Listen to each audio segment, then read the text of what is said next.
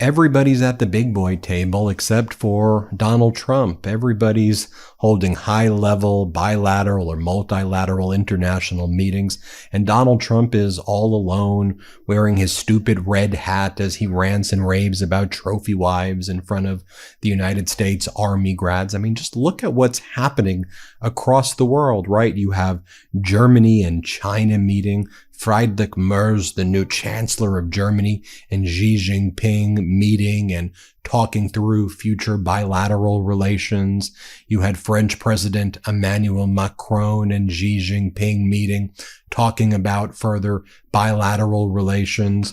You have China announcing its next 5-year plan, and its 5-year plan is Buy China, Made in China, and it's to increase its domestic manufacturing. I mean, it's literally a big middle finger to Donald Trump, basically saying, not only are we not scared of you, Donald Trump, we're going to double and triple down on our efforts. And meanwhile, you see the entire world not traveling to the United States. Tourism is down massively. And what we're seeing these airlines do, because they're trying to do this balancing act of like doing it quietly, because if they do it loudly, Donald Trump may do a social media post about them and harm their stock for a few days. So they do it kind of quietly, but they're shifting all of their routes. I mean, they're canceling flights and just canceling full on routes to like Vegas and California and, other major states. And they're increasing their routes to like Mexico and other locations. So people are just jumping right over the US and not stopping there. And like, I get it. You get it, right? I mean, you enter the US, you could end up being detained, sent to South Sudan or a concentration camp in El Salvador, or they go through your phone, and they throw you in a detention center. I mean, it's bad stuff. And, I think a lot of other countries are feasting and they're seeing Donald Trump's attack on universities as opportunities for them. In Canada, you have a lot of lawmakers saying, hey, we got to increase our budget now to attract some of these students to go to these Canadian universities. They've got a lot of good universities in Canada. You have China, who's spent all of this infrastructure, spent all of this money in infrastructure for its education institutions, saying, let's get the American students, let's get the top world students to come and study in China now, and let's recruit the best world professors. And you have little Donald Trump, little Donald all there alone, wearing his stupid red hat or driving around in his golf cart and posting on social media. Let me bring the receipts, because I think having this international perspective on things is very important. So what did I talk about first? I talked about Xi Jinping and Friedrich Merz from Germany meeting and having a conversation together, right? By the way, Xi Jinping has not spoken to Donald Trump. Trump has not spoken to Xi Jinping. Trump did speak with Putin, but when he spoke with Putin, Putin was in an elementary school mocking Donald Trump and talking about Melania. And then Putin increased and accelerated his genocide against Ukraine right after the phone call. But take a look at this. So Xi Jinping and Friedrich Merz had a call on Friday. They highlighted the importance of their country's relationship as both China and Europe are trying to tackle uncertainty caused by the U.S. tariff policies. Europe and China are among the biggest trading partners of the U.S. and have deep trading ties with each other. Chinese-German trade volumes alone account for $279 billion last year, 246 euros, according to official figures. Germany has in recent years sought a difficult balance in relations with China, seen by Berlin as both a strategic rival and a vital trading partner whose giant market has buoyed Germany's large export-driven economy. In the call, Xi noted changes in the world unseen in a century with, quote, intertwined turmoil and transformation. China is willing to work with Germany to open a new chapter in their all-round strategic partnership to lead China-EU relations toward new development and to contribute to the stable growth of the global economy. Merz's spokesperson said both leaders emphasized their willingness to cooperate to overcome global challenges. Quote, Chancellor Merz emphasized the importance of fair competition and reciprocity. And I just want you to think about what they're really saying between the lines there is they're saying Donald Trump and America are absolute maniacs. We need to look towards each other now. And where we were skeptical of each other, let us have better bilateral relations and multilateral relations across Europe as well. Because this happens at the same time France and China had a powerful phone call. Again, no phone calls for Donald Trump. Yes, phone calls between Xi Jinping and French President Emmanuel Macron. And here's what French President Emmanuel Macron said. On the eve of my trip to Southeast Asia, I spoke with Xi Jinping about our trade relations and key international issues. I reaffirmed France's desire to continue building a strong economic relationship with China. In this regard, Chinese investments are welcome in France. Our companies must therefore benefit from fair competition conditions in both our countries. This is a key point. We agreed to move forward as quickly as possible on the issue of cognac, which is essential for our producers. We share the same objective regarding the war waged by Russia in Ukraine, a lasting and robust peace. It begins with an immediate and unconditional ceasefire. We must also make progress toward a political solution capable of ensuring peace and security for all in the Middle East. We will work with China to prepare the Conference of Two-State Solution scheduled for June in New York, which France is co-chairing with Saudi Arabia. I also welcome the confirmation of high-level Chinese participation in the United Nations Ocean Conference. So you see right there. As I mentioned, the 5-year plan that Xi Jinping is talking about. Xi Jinping, this is from Bloomberg, weighs a new Made in China plan despite U.S. call to rebalance. So you've got Jameson Greer and Treasury Secretary Scott Bessent, right? They were all talking tough. Here's we're gonna destroy China with these 145% tariffs. China was like, all right, go back to the little kids table. We're going to destroy you. Go back to the little kids table. Can we join you on the big kids table? No, but we'll meet you in Switzerland. You want to come to Switzerland? Okay. We'll meet you there. We're happy to chat. What do you want to do? Then Trump's people are like, okay, we'll take the 145% tariffs down to 30% or else. Okay. So you're just going to take your own tariffs down to 30% and you're going to tax Americans 30%. Okay.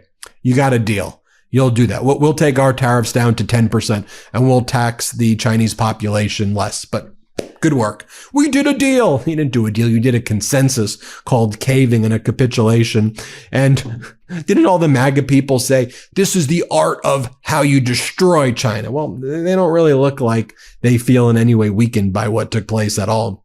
Xi Jinping's government is considering a new version of its master plan to boost production of high-end technological goods, according to people familiar with the matter, signaling its intention to keep a firm grip on manufacturing as Trump looks to bring more factories back to the U.S. Trump ain't bringing factories back to the U.S. Trump's destroying workers right here. I read this article in the Wall Street Journal yesterday as well, which talks about how Trump is just destroying I've talked about it too, the trucking industry, but not just the trucking industry, all of these factories that are built around the shipping and the ports, because the shipping has not gone back up in any material way since Donald Trump caved in Switzerland and reduced the tariffs from 145 to 30.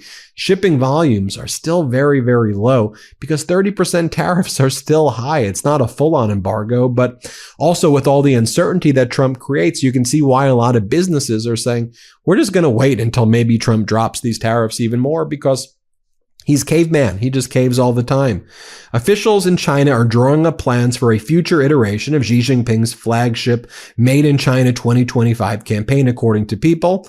The plan over the next decade would prioritize technology, including chip-making equipment. One of the people said, adding that it may not carry a similar name to avoid drawing criticism from the Western countries. So basically, the learning here from everybody is just name it something different and then do it. And then Trump's so dumb that that's how you basically keep him, just keep him at bay. And all right, Donald, just shut up at this point. You have China sending out messages like this. China asks the United States to maintain stability in the international financial system as the United States bonds were downgraded by Moody's. And this is China kind of trolling the United States and trying to act like it's the voice of reason. All right. We need an adult in the room. It's China. Hey, America, can you chill out a little bit there? Maybe a little bit less tweeting, Donald, less social media posts. Everybody knows everybody knows Trump's not the boy who cried wolf. He's the malignant, narcissistic, criminal, felon, sexual abuser, whatever, who cried tariff. And it's like, okay, Donald, enough, man. Just stay away from us, okay? I mean, you remember I reported how Japan's Prime Minister Ashiba says, I'm not really worried about Trump's fake deadlines. It is what it is. We're going to do what's in the best interest of Japan. You saw I reported on what's going on in India, where India's foreign minister, who I've highlighted on the channel, says, look, if we do a deal, it's got to be beneficial to India. You're not going to dangle trade in front of us like we're going to just come out with our hands begging you, United States, please help us, please help us. It's like we're the fourth largest, India is the fourth largest economy in the world right now. And, they have complex trading relationships. They're not dependent on the United States for everything. And it's like, get over yourself, Donald. You don't really understand what the international order looks like. And you've just made the United States so utterly weak. And here's the thing from Travel and World Tour. They explain how at this point, Europe is freezing U.S. travel as Lufthansa, the British Airlines, Air France, KLM, and more are slashing their routes to major cities from New York, Miami, Los Angeles, and Chicago. And they're now it's not like they're losing. They're shifting their routes to Canada, Mexico, Brazil, and the Caribbean. Others are winning from this. Here is how it's described here. European airlines are freezing their transatlantic growth and pulling back from major U.S. cities like New York, Miami, Los Angeles, and Chicago as they redirect flights to Canada, Mexico, Brazil, and Caribbean, where bookings are rising and demand is outpacing the American markets. Carriers including Lufthansa, British Airways, Air France, KLM, Iberia, and SAS have adjusted their summer schedules to reflect shifting traveler priorities, with more passengers opting for destinations that offer smoother entry, better deals, and fewer political complications. And by fewer political complications, what they're saying, but just use the words. America is an authoritarian regime right now where you show up here and you're not getting due process and they're throwing you into detention centers if they don't like your answers. Anybody who travels here can wind up in a very, very serious situation where for weeks you could be disappeared. We've heard those stories of people who even live here significantly. We heard stories of United States citizens. Of course, we've heard the stories of Venezuelans and others as well. But, especially from the perspective of Europeans, you end up here, they end up, grilling you about what's on your phone and all of these things. And it's like, who wants to deal with any of that crap right now? So that gives you a full lay of the land right here. And let me share this with you as well. This is Senator Slotnick from Michigan. And I think this line of questioning about agriculture, because there's so many people in rural areas and agricultural economies that are just that are Trump voters who are just getting demolished. Here, play this clip. You don't want to be the guy who oversees the biggest agricultural cut in research in American history. Tell me, in your best estimation, the one country in the world who's doing significant agricultural research now, that's investing heavily in agricultural research, if besides the United States? Senator, I'm sure it would be China. It's got to be China. And I'm not trying to play gotcha. I'm just saying that it's a zero-sum situation, right? We want to invent the next varietal. We want to figure out the next best farming technique. And China is stealing our technology, our intellectual property, and then investing boatloads into their own research. So I don't want to be second to them. I want to always be the world leader. And I would just offer that not only do I want that kind of as a national security thing, but our farmers want to be able to compete, right? We've closed the legume research facility at Michigan State University, the potato variety. When I do town halls with farmers who are, I promise you, not people I consider woke or wasteful. They are the ones who are saying, can you bring that back? Can you help me figure out how to get that? Because otherwise, what are we going to be investing in? How are we going to stay competitive? So I would just ask for you to stand up on behalf of that research, which isn't woke, which isn't wasteful, but is going to the farmers who we all, I think, on this committee want to protect and want to see succeed. I just ask you to stand up for research when and if you're confirmed for this job. Senator, Secretary Rollins has made it very clear her support for small farmers and their needs, and I will stand with her on that regard. Well, I hope you will. Yeah, that was interesting. So there you have it. That's what the world's doing. I'm just giving you the objective data. You can like it. You cannot like it. I don't know. But those are the facts. We should be dealing with the facts. There you have it. Hit subscribe. Let's get to 5 million subscribers. We appreciate you. New Meidas merch drop. Check out the latest pro-democracy sticker packs, t-shirts, hats, sweatshirts, and more. All at store.MeidasTouch.com.